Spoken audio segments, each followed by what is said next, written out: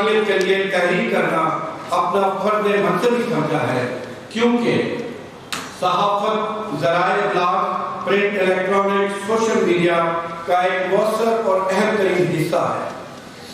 صحافت سے متعلق دانش مند حضرات کی سوچ اور فکر معاشرہ کے ہر طبقہ فکر تک پہنچتی ہے، اور ناظرین، سامعین، قارئین بقدر فکر و فہم ان افکار سے اثر حاصل کرتے ہیں۔ لہذا دانشور رہنماؤں کی ذمہ داری ہے کہ وہ بقدر حیثیت و مرتبہ اور صلاحیت اپنے افکار و اذکار کو اس طرح پیش کریں کہ معاشرہ پر مثبت اثرات مرتب ہوں، نہ کہ منفی۔ حضرت باری تعالیٰ کا ارشاد ہے، انتہائی اہم، حضرت باری تعالیٰ کا ارشاد ہے کہ دین پسند دانشوروں رہنمایان پر عظیم ذمہ داری عائد ہوتی ہے کہ وہ لوگوں کو بیوقوف بنانے کے پروگرام کا ڈٹ کر مقابلہ کریں۔ سورہ زخرف آیت نمبر 54۔ یعنی منشا الہی یہ ہے کہ دانشور طبقہ لوگوں کو مثبت انداز میں رہنمائی کرنے کا فریضہ انجام دے، جس کا خاص مطلب یہ ہے کہ صحافت سے متعلق لوگ پیغمبرانہ کام انجام دے رہے ہیں۔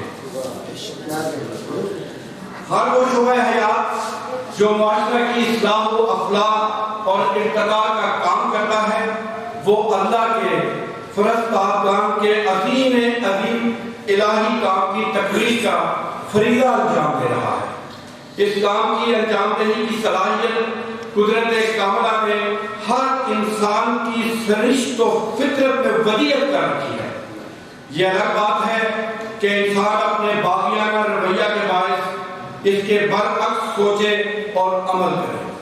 صحافی پرنٹ، الیکٹرانک، سوشل میڈیا جس میں بھی کام کر رہا ہے، اس کا فرض منصبی ہے کہ وہ اپنے قلم اور زبان کو معاشرہ کی اصلاح کے لیے وقف کر دے۔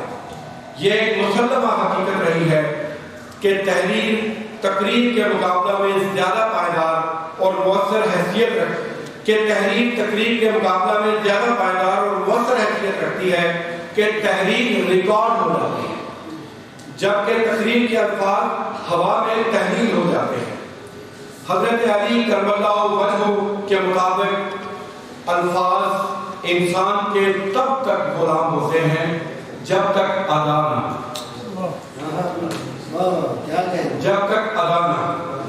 ادا ہونے کے بعد وہی انسان ان الفاظ کا غلام ہو جاتا ہے۔ اسی لیے کہا جاتا ہے پہلے تولو پھر بولو۔ اللہ تعالیٰ نے جہاں قلم کی قسم کھائی، وہاں فرمان نبوی صلی اللہ علیہ وآلہ وسلم نے زبان کو بطاقت الانسان قرار دیا ہے، یعنی انسان کا سرمایہ اور اثاثہ ہے، یعنی ایک انویسٹمنٹ ہے، جس کی روح سے اگر قلم الہی امانت ہے تو زبان اللہ کی طرف سے عطا کردہ عظیم خزانہ ہے۔ ہر دو کی حفاظت دانشوران و دانشمندان رہنماؤں کی اللہ تعالیٰ کی طرف سے تفویض کردہ عظیم ذمہ داری ہے۔ یہ اللہ کریم کے عطا کردہ وہ عظیم ہتھیار ہیں جن سے معاشرہ میں تقریبی جذبات کی افزائش کو روکنا اور تعمیر و اصلاح کے جذبات کو فروغ دینے کی ضرورت ہے۔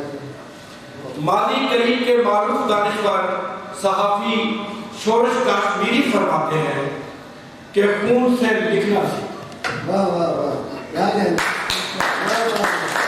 خون سے لکھنا سیکھو۔ اپنے موقر جریدہ چٹان کے سرور پر بھی یہی کچھ مستقل لکھ رکھا ہے۔ میں یہاں ایک گمن کے لیے رکتا ہوں کہ ہم سب نے مبارکباد دی شہزاد اسلم راجہ صاحب کو۔ میں بھی دل کی تھا گہرائیوں سے ظاہر ہے میں مبارکباد کہہ بھی چکا ہوں، آپ سب کے سامنے ایک بار پھر انہیں مبارکباد پیش کرتا ہوں، اور ان کے ساتھ ساتھ میں ادارہ دارالشعور جناب عباس شاہ صاحب جن کے چیئرمین ہیں، انہیں بھی بہت مبارکباد پیش کرتا ہوں کہ انہوں نے یہ ایک اہم کتاب پبلش کی۔ میری مبارکباد کا سلسلہ نہ صرف یہ کہ شہزاد اسلم راجہ صاحب کی خالہ محترمہ یہاں تشریف رکھتی ہیں، ان کے بھائی ہیں، ان کے عزیز و اقارب ہیں، اور ان کے تک بلکہ ان کی اہلیہ محترمہ میری بہن یہاں موجود ہیں، میں ان کو بھی دل کی آبھار دے رہے ہیں مبارکباد دے سکتا ہوں۔ اور اس مبارکباد کے تسلسل میں ہم سب احباب، کیونکہ شہزاد حسن کے دوست ہیں، ہم ان کے احباب ہیں، تو میں سب احباب کو بھی ان کی مبارکباد پیش کرتا ہوں کہ ان کی کتاب بھی سامنے آئی۔ مالی کریم کے معروف دانشور صحافی شورش کاشمیری ہمیشہ فرماتے خون سے لکھنا سیکھو۔ اپنے مقدس جریدہ چٹان کے سرور پر بھی یہی کچھ مستقل لکھ رکھا ہے۔ حضرت قائد اعظم کے پسندیدہ اور تربیت یافتہ سپاہی صحافی حبیب نظامی نے ہمیشہ کہا کہ قلم کی روشنائی سے اگر جھوٹ لکھا تو یہ عصمت دری کے مترادف ہے۔ اس جملے کا میری زندگی پر بہت گہرا اثر ہے۔ یہ جملہ میں نے بچپن میں ایک کتاب لکھی تھی 10 پھول ایک کانٹا، اس میں حبیب نظامی کے تعارف میں نے یہ جملہ پڑھا تھا، اور یہ جملہ میرے خون میں سرایت ہے، اور میں اپنے قلم سے ایسی تحریر کبھی بھی لکھنا جو ہے اپنے لیے موت سمجھوں۔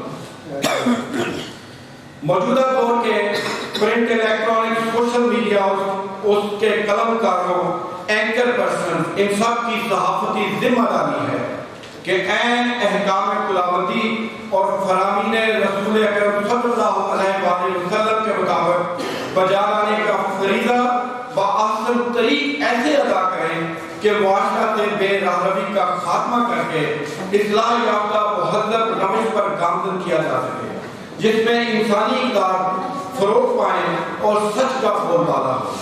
اگر ہم نے یہ کام صحیح انداز میں ادا کیا تو یقیناً یہ عبادت الہی کا درجہ پائے گا۔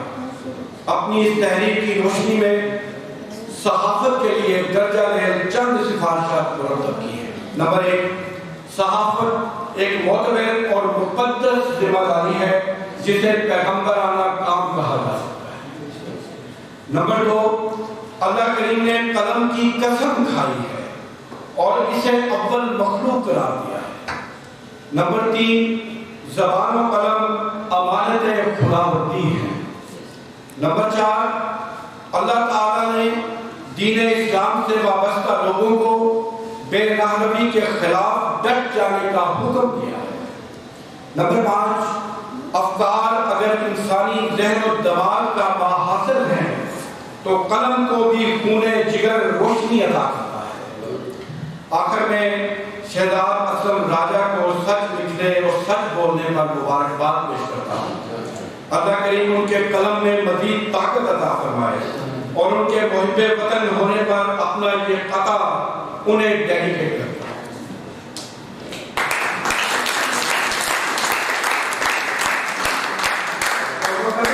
فرمائیے جو شہزاد اسلم راجہ کی ترجمانی کرتا ہے، اس بات پہ ہے ایمان بہت، اس بات پہ ہے ایمان بہت، یہ مٹی ہے ذیشان بہت، اس بات پہ ہے ایمان بہت، یہ مٹی ہے ذیشان بہت۔ اور راجہ صاحب کیا کہتے ہیں کہ میں پاکستان کا بیٹا ہوں، بس یہ میری پہچان بہت۔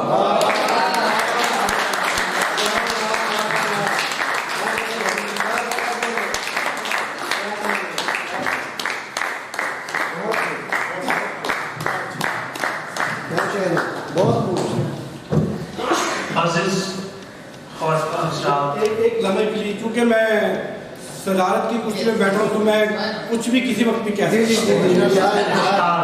میں آج آرڈیننس کے طور پر یہ کہنا چاہتا ہوں کہ آج کی اس خوبصورت تقریب کے اصولی طور پر میزبان ندیم اظہر ساگر ہے، اور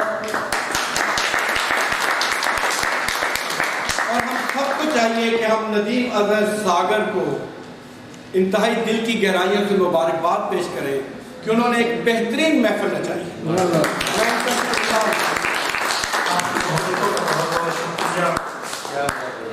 معزز خواتین حضرات، مشاعرے میں صدر مشاعرہ کے بعد کوئی بھی لفظ کہنا مناسب نہیں سمجھا جاتا اور اس کی تقریر کی جو ہے وہ اخلاقی اقدار کے خلاف ہے.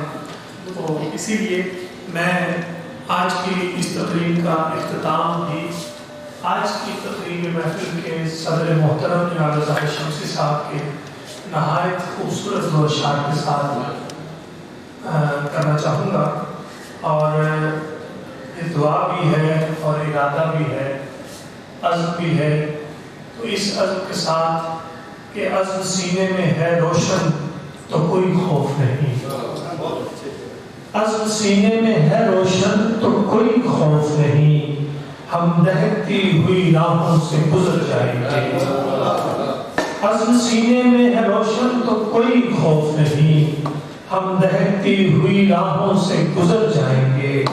راستہ آگ کی منجھار ہے لیکن ظاہر، راستہ آگ کی منجھار ہے لیکن ظاہر، ہم نے اس پار اترنا ہے اتر جائیں گے.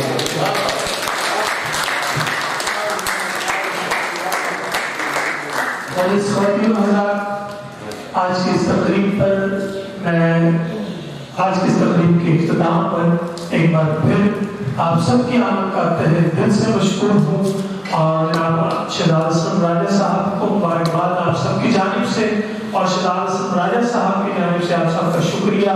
اور شہزاد عاطف صاحب ایک طویل مسافت طے کر کے تشریف لائے اور اتنی خوبصورت تقریب میں ان کی یادیں ہمارے فہم و گما میں بڑا عرصہ دراز تک رہیں گی. وسیم عباس صاحب کے پہلو میں جلوہ گر ہیں، آپ کا شکریہ ادا کرتے ہیں. اور نہایت تگل و مصروفیات میں جناب زاہد شمسی صاحب تشریف لائے، ہمارے ملک کی قدر و شخصیت. میں آپ کا بھی تہہ دل سے مشکور ہوں. اور جناب سجاد بخاری صاحب بریگیڈیئر ریٹائرڈ ستارہ امتیاز، آپ خصوصی طور پر آج اس تقریب میں تشریف لائے. جناب حسین اعجاز عاشق صاحب، محترمہ یاسمین بخاری صاحبہ اور دیگر تمام آنے والے فیملی ممبران کو، ادب کی فیملی سے تعلق ہو یا راجہ فیملی سے تعلق ہو، میں سب کو دل کے تہہ دل سے شکریہ ادا کرتا ہوں. اور پاکستان کا نعرہ بلند کرتے ہوئے آج کی اس تقریب کا اختتام کرتے ہیں کہ پاکستان زندہ باد. آپ سب کا بہت بہت شکریہ.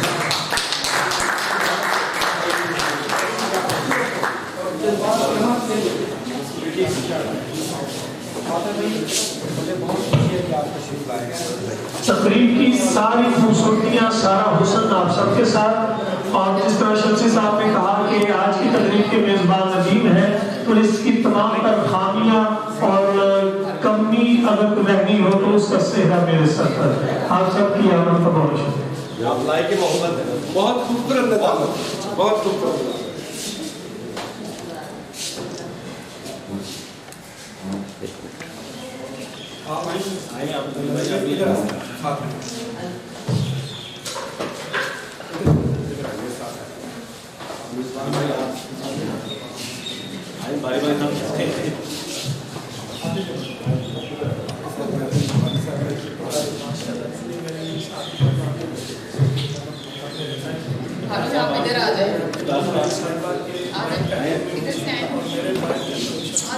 کتنے دیر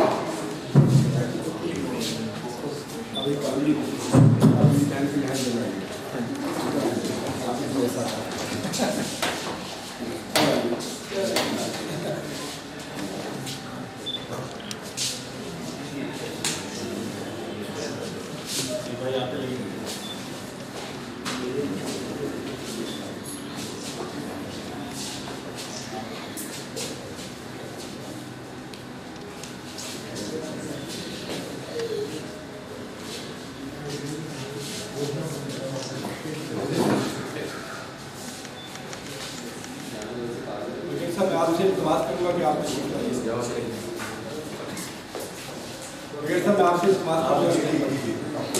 بات